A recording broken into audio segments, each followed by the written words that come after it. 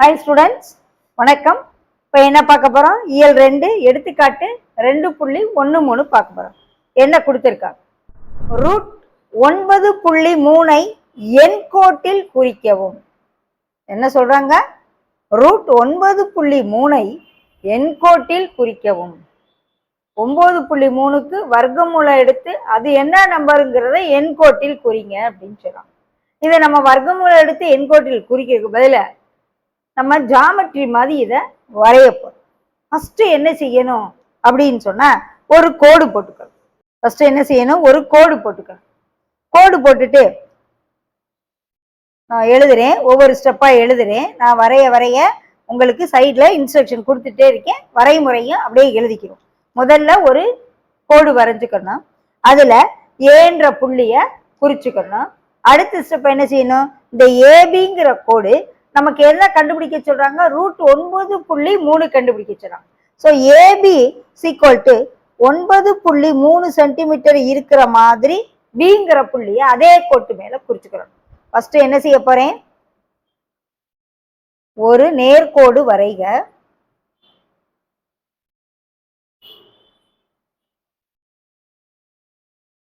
அதுல என்ன செய்யறேன்? செகண்ட் ஸ்டெப் ஏ என்ற புள்ளியை குறிக்க.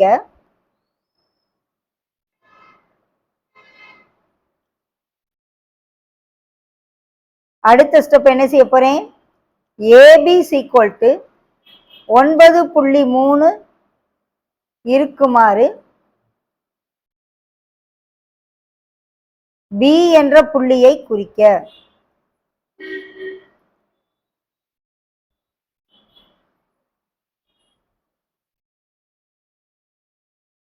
ஓகே, 3 ஸ்டெப் முடிச்சு. அடுத்து என்ன செய்யறேன்? இந்த PC equal to 1 centimetre, PC equal to 1 centimetre இருக்குமாறு சி என்ற புள்ளியை குறிக்க.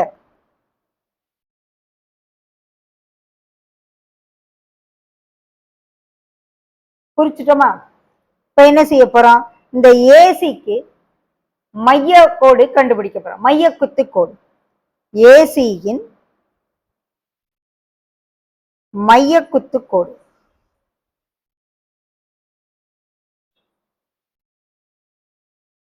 XY வரைய போறோம். வரைவோமா? ஏசிக்கு மைய குத்து கோடுன்னு என்ன செய்வோம்?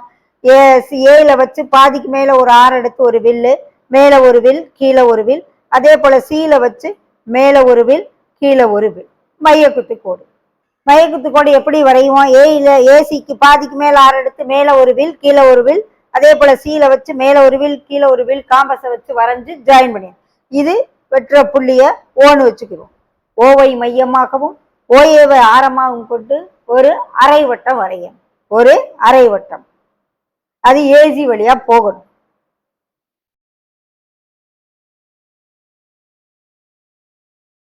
ஓகேவா? நீங்க காம்பஸை வச்சு வரையணும். வரைஞ்சிட்டு அடுத்து என்ன செய்யணும்? இந்த ஏசிக்கு பில ஒரு செங்குத்து கோடு வரையப்படும்.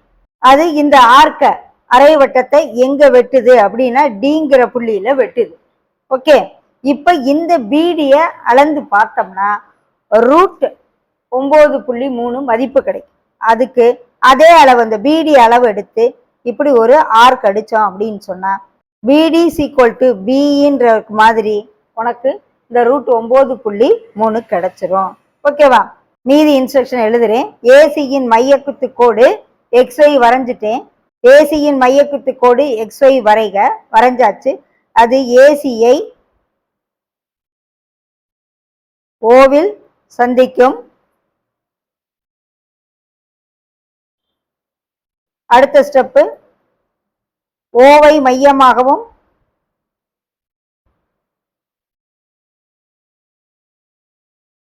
ஓஏவை ஆரமாகவும்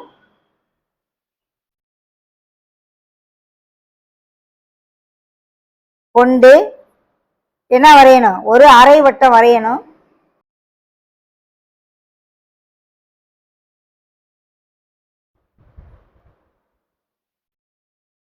அது ஏசி வழியாக செல்லும்.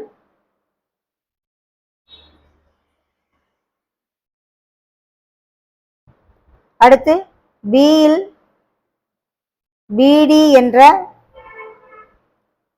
செங்குத்து கோடு